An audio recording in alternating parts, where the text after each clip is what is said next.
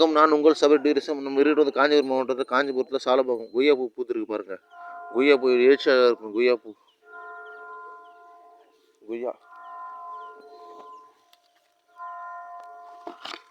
இருக்கு பாருங்க.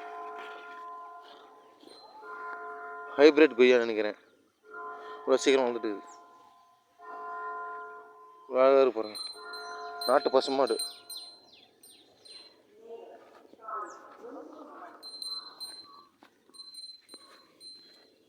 அழகாக இருக்கு பாருங்க.